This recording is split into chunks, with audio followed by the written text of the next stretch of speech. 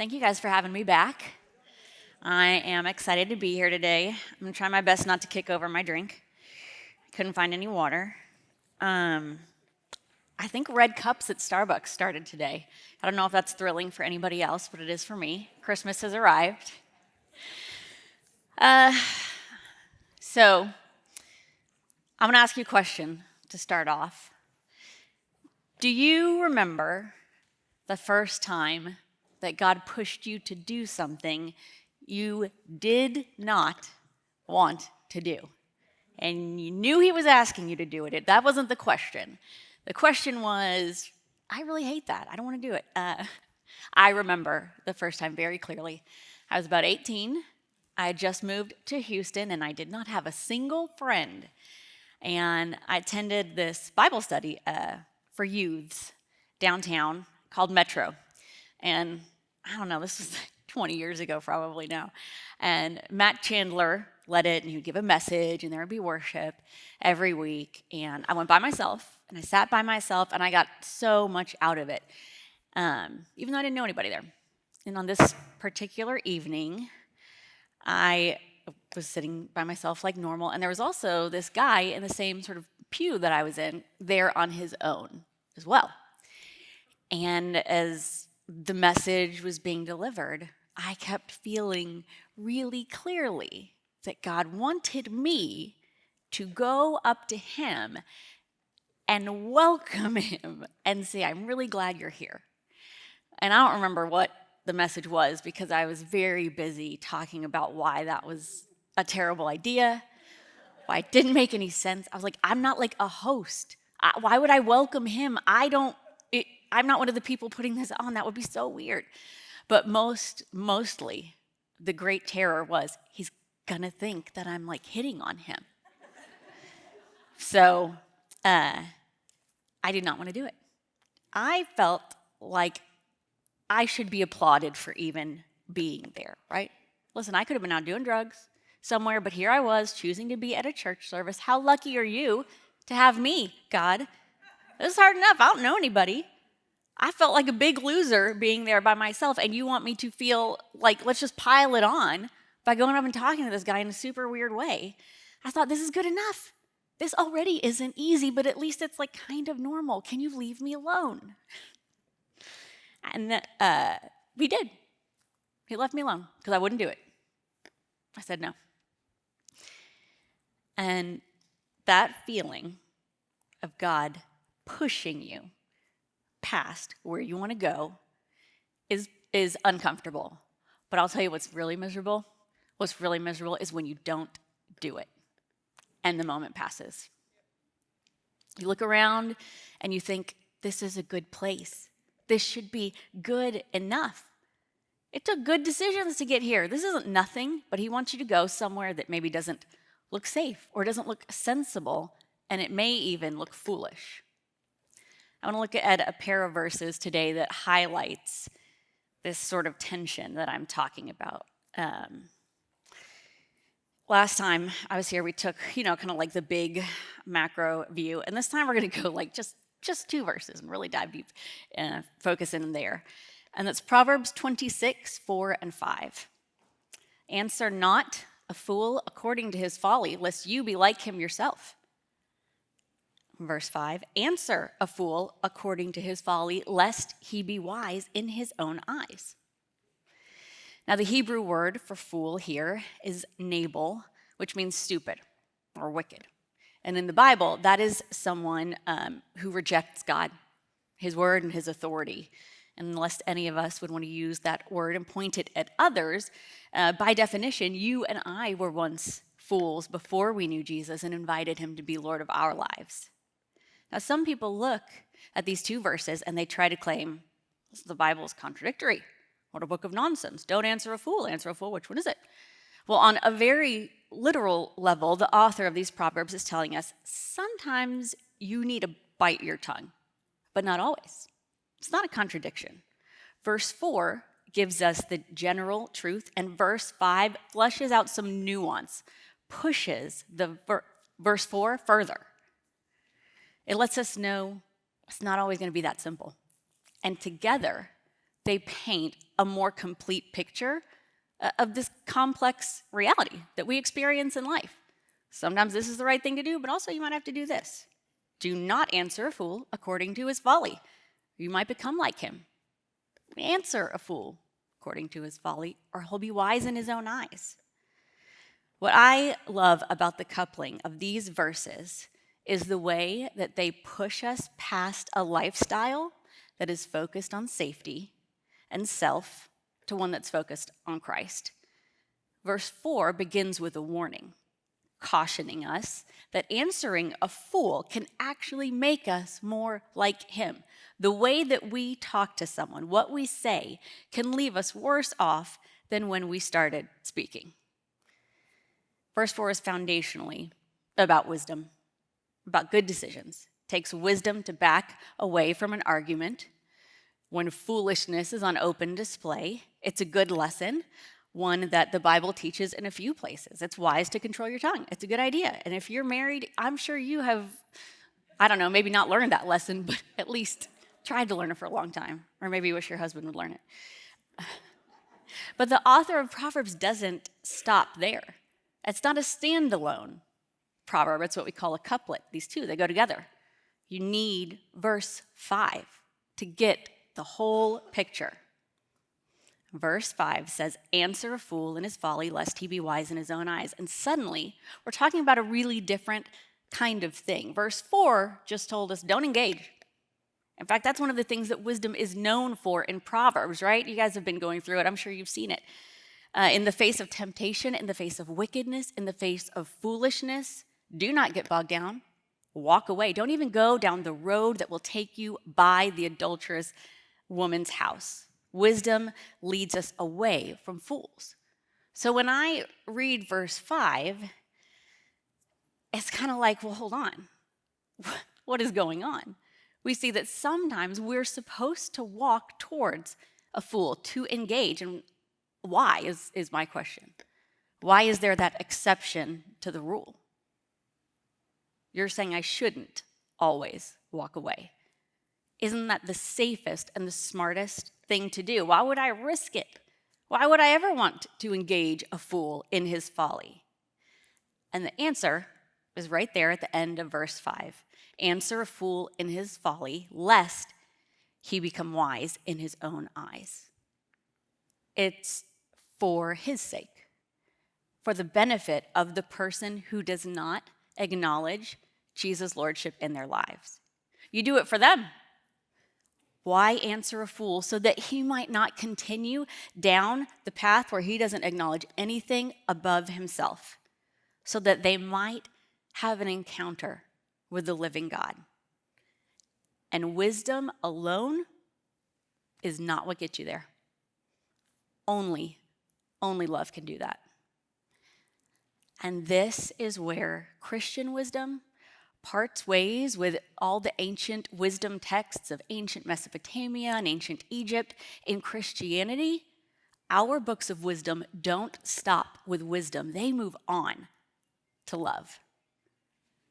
Wisdom by itself, without this sort of self-sacrificial love, compelling it forward into the messiness, into the complications, is empty.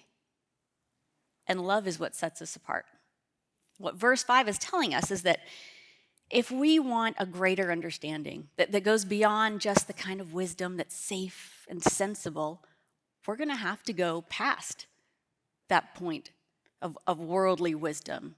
Christianity and all the other world religions, everybody can agree on verse 4, that that's a good idea.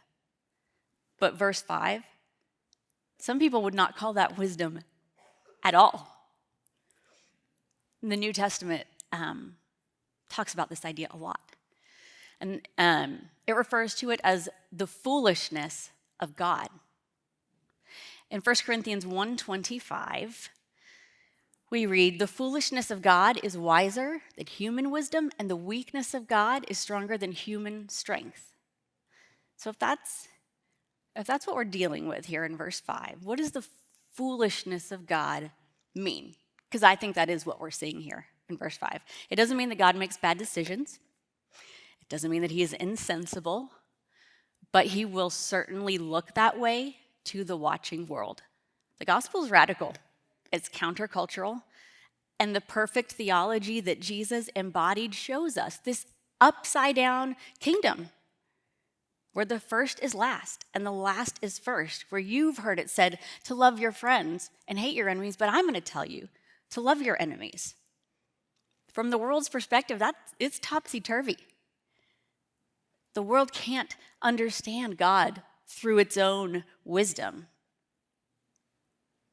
But God made a way. He made a way for us to know him, to understand his great plan, and to join him. And that way is Jesus, his death, his resurrection, the gospel. The gospel that the world considers foolishness is the means by which all of humanity will be redeemed. The extravagant love that brought Jesus to earth looks like a fool's errand. Every metric that our culture has given us to determine value, it goes haywire when we venture into the territory of sacrificial love. Worldly wisdom can't figure it out. Wisdom stops short of love. Love is what pushes us into the realm of the kingdom. As soon as you cross from verse 4 to verse 5, that's the frontier. And you'd be in good company if you looked at the chasm between verse 4 and verse 5 and you stopped short. Verse 4 is a lovely place to live, to build a house, to make a life. Everyone can pretty much agree on that. What's the cost? What's the cost when we decide to do that, though? We decide to camp at verse 4 and will not take one step further. Well, I can't think of anyone in the Bible who learned this lesson in a more tragic way than King Solomon. I'm sure you guys have Solomon coming out of your ears at this point. Solomon's called, the wisest man who ever lived. And he exemplifies wisdom in its most God-honoring form. For years, he used his gift of wisdom to guide his people. He led the people of Israel in God's ways, settling disputes, displaying such insight that kings and queens and rulers would come and marvel at the way he seated his servants around his table. That is something I've got to see. There are a lot of great things to see in the Bible, but when it stops to be the way this man sat people at the table, I'm I need to see that. How does that make the cut to get into this book? He built the temple. He ushered Jerusalem into a season of unprecedented affluence and security, and he was a ruler so remarkable. Nope, sorry, I'm back on the table thing. People seated at the table. But by the end of his life, Solomon shows us what it looks like to divorce these characteristics of wisdom and love. By the end of his life, Solomon had stopped worshiping the God of Israel, and he'd begun to worship idols. He started to make some very ungodly bargains. It took him 7 years to build the temple, and it took him 13 years to build his own palace. He had brought in such a quantity of skilled workers, precious metals, wood, and materials from other countries that he was deeply indebted to foreign kings. And he was eventually forced to give up 20 cities in Galilee to pay down that debt. He struck a bargain that forced 30,000 Israelites into slavery. And he levied such heavy taxes on all of Israel, except Jerusalem, that they laid the groundwork for the revolt that would happen as soon as Solomon died and his son took the throne. These are not the acts of a king who has united wisdom and love to serve his people. And when we don't want to bother with the world that we are meant to serve, when we lose that aspect of wisdom that is singular to Christianity, we're just like him. Without verse 5, wisdom becomes this hollow, pagan sagacity, unmarked by the sacrifice that should always characterize Christian faith and point people to Christ. The philosopher Soren Kierkegaard was a Christian. He had so much angst, man. He warned people about the pitfalls of foolishness. He said, there are two ways that you could be fooled. One is to believe what isn't true, and the other is to refuse to believe what is true.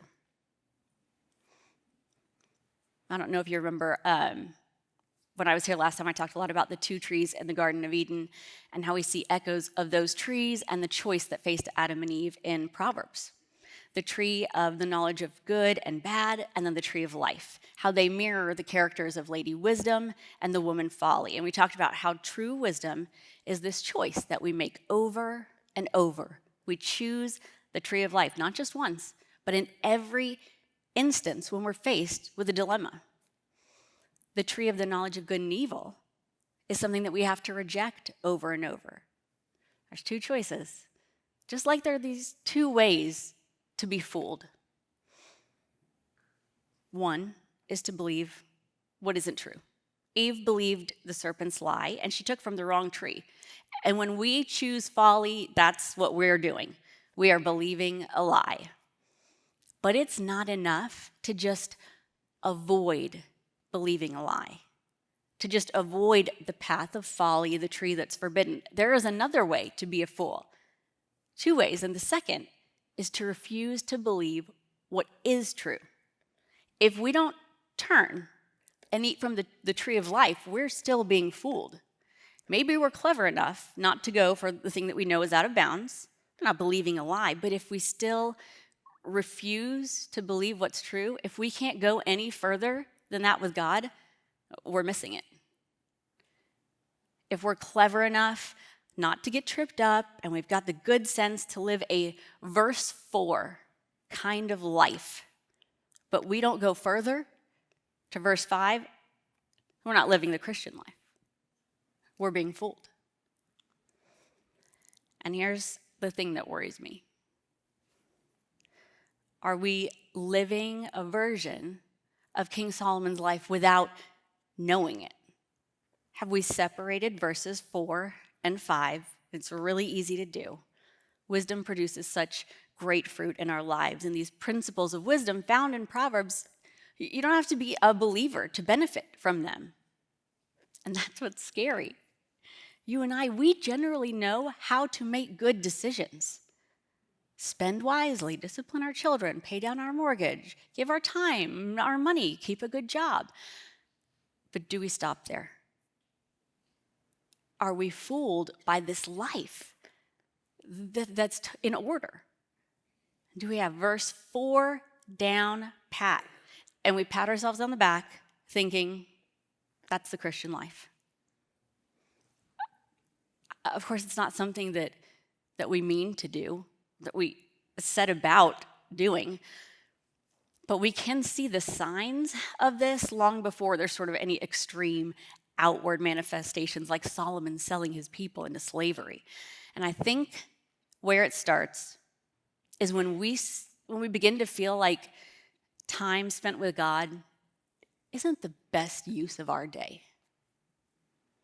Maybe we start cutting it short here or there so that we can actually get things done, all of the things that life demands, people to feed, asking you questions all the time, not letting you use the bathroom alone.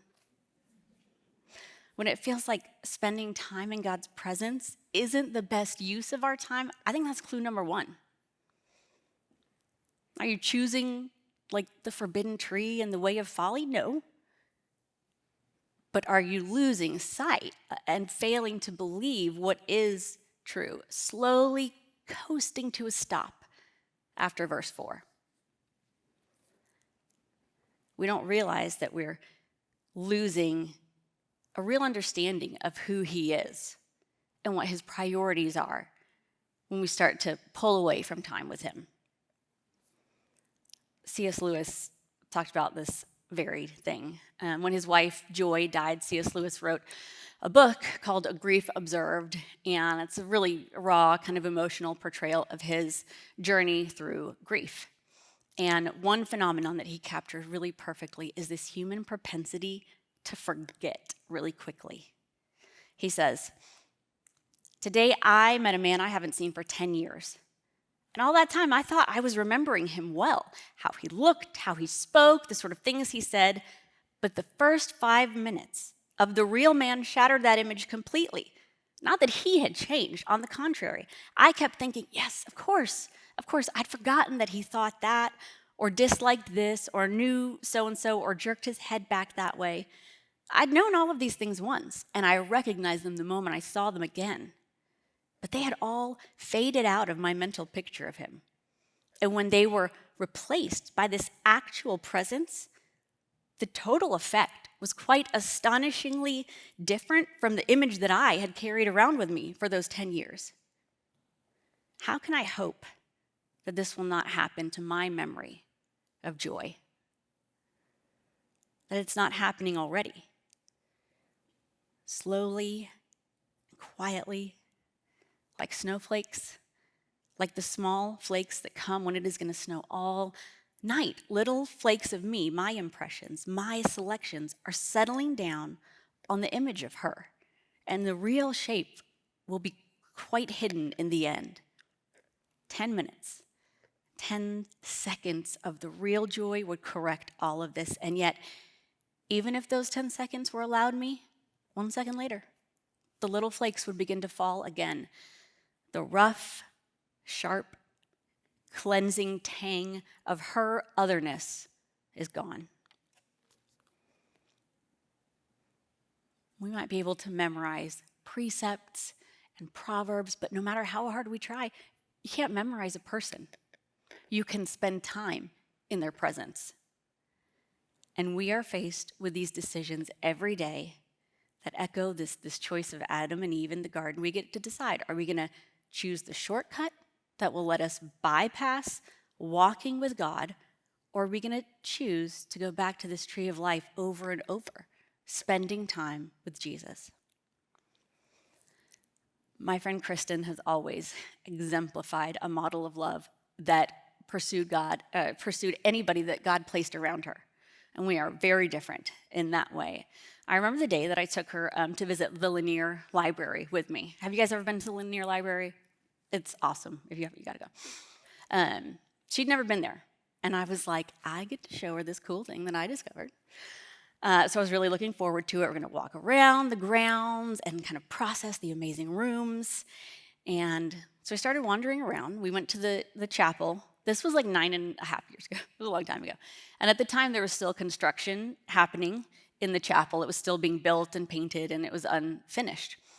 But we talked to the librarian, and she was like, yeah, go ahead, go in there. Actually, the artist is in there right now who's working on like painting the ceilings. So as we were looking, we came upon this man, the artist. He was taking a break. He was like this skinny old man with crazy Albert Einstein hair, a total hippie from Austin. And Kristen immediately struck up a conversation with him.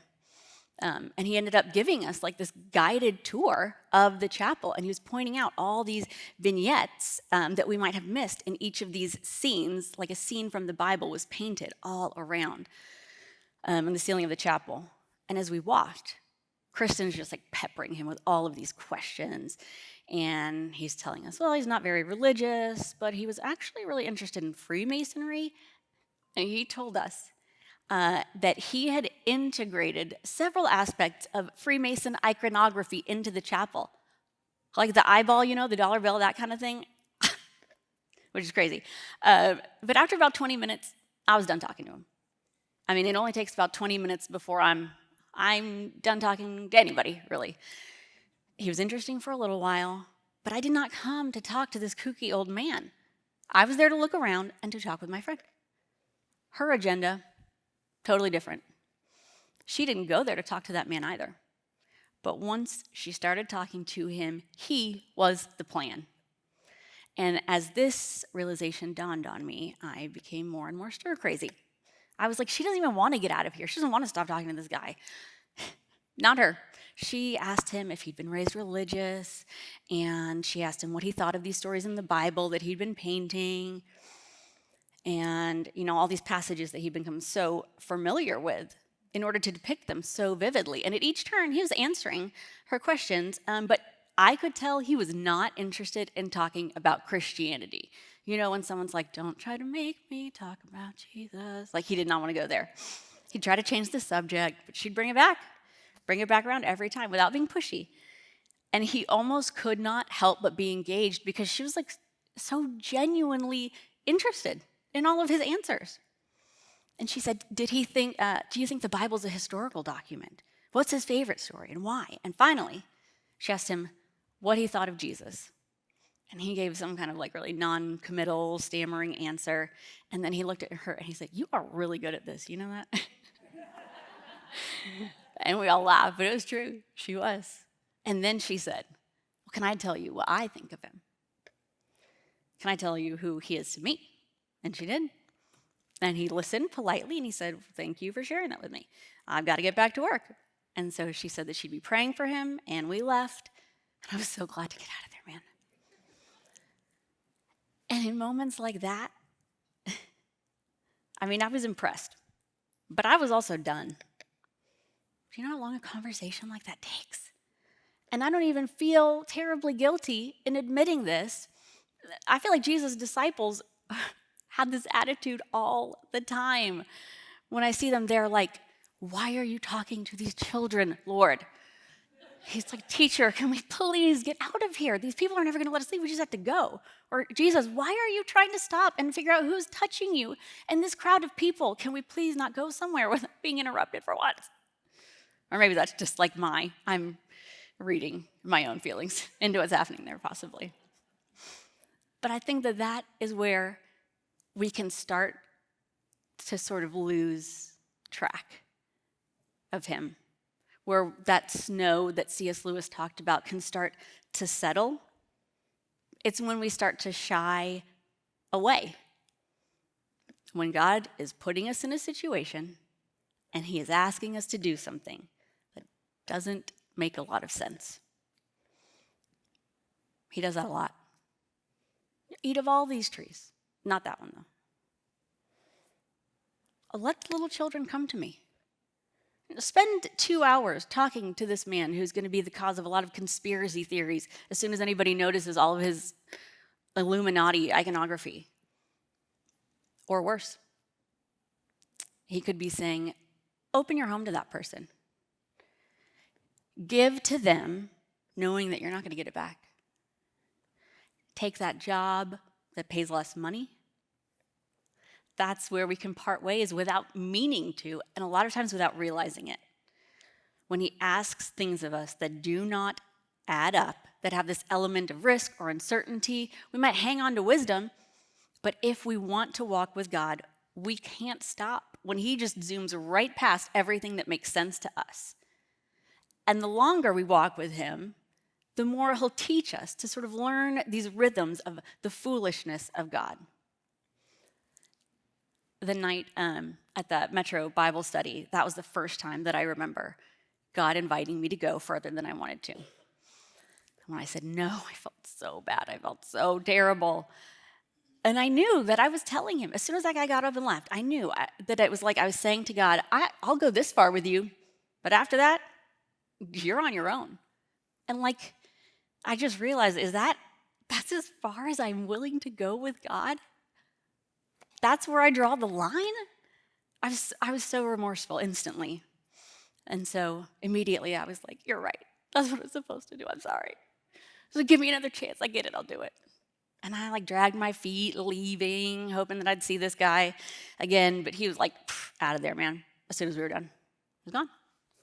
So I got all my stuff together. And I went to the restroom. I didn't know anybody. There was no way for me to keep stalling in this huge church building.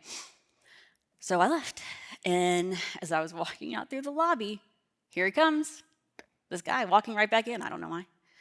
And I knew that if I stopped to think about it for a second, I would talk myself out of it again so fast. So with the full knowledge that it was really weird, I walked right up to him and I held out my hand and I said, we were sitting by each other in the service and I didn't get a chance to say hi before you left, but I just wanted to say, I'm really glad that you were here tonight. And I was like, look at me, I'm saying all the things I'm supposed to say. And he didn't introduce himself. He didn't say hello. He shook my hand and the first words out of his mouth were, why do you believe in God? And I don't remember what I said.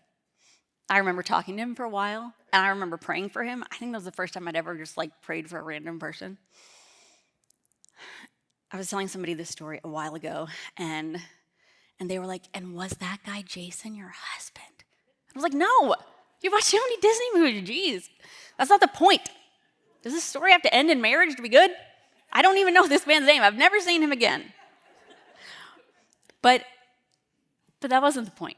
I don't remember him. I don't remember what I said. It was clunky. It was not skillful. It was not like Kristen talking to this man at Linear. And I'm not just being humble. I know it wasn't. I don't remember. But what I remember was God. What I remember was this moment, the first time in my life when he asked me, like, go past verse 4 to join him on a fool's errand and just dip my baby toe in the water of sacrificial love. Go to verse 5 in this teeny thing. And for the first time, I did it.